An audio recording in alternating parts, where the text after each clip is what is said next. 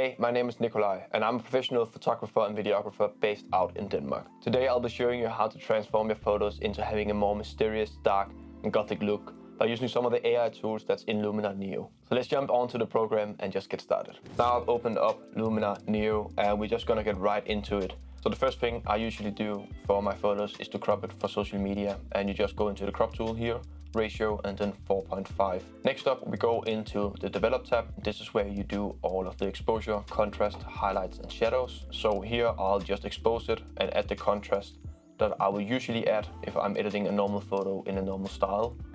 So making sure that we can see everything in the photo and there's nothing that stands out too much.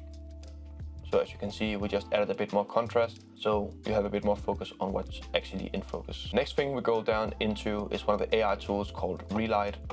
Here, we're gonna add a bit of Relight. I usually like to put it all the way down so you can actually see what's happening.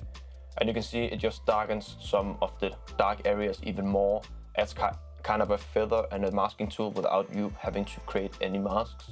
And then usually I'll just play around with all the tools here to see how I actually like it.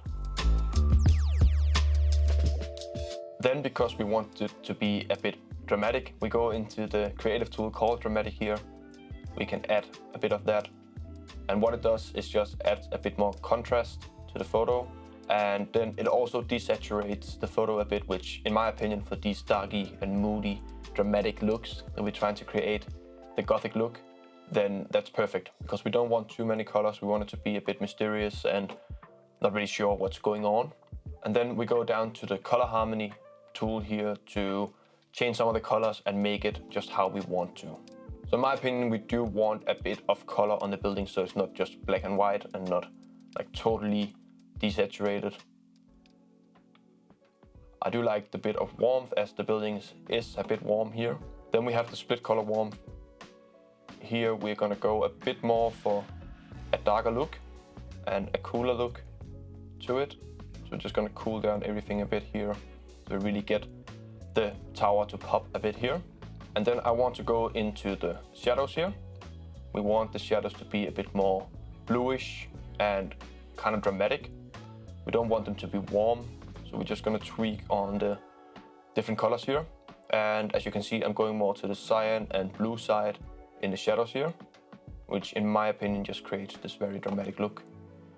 Then we can go into the highlights, and these can be a bit warmer, so we have some split toning in the photo, but not too much. We don't want it to like stand out too much. So I really like that. You can see the before and after now. Then we're gonna go up to the landscape tools and go into atmosphere, because in my opinion, we can really use some fog here. And as you can see, it just adds some fog on the building. It's not really adding anything down here, which just makes it look very realistic. And as you can see, the more you tune on here, you can really change where it's gonna affect the photo. I like it to just affect up here. And we do like the lightness here. So I think this is perfect. You can just see it before and after. Perfect. Then we're gonna add some film grain, which in my opinion just adds a lot of character to the photo. We're not gonna add too much. We're just gonna zoom in so we can see what we're actually adding in.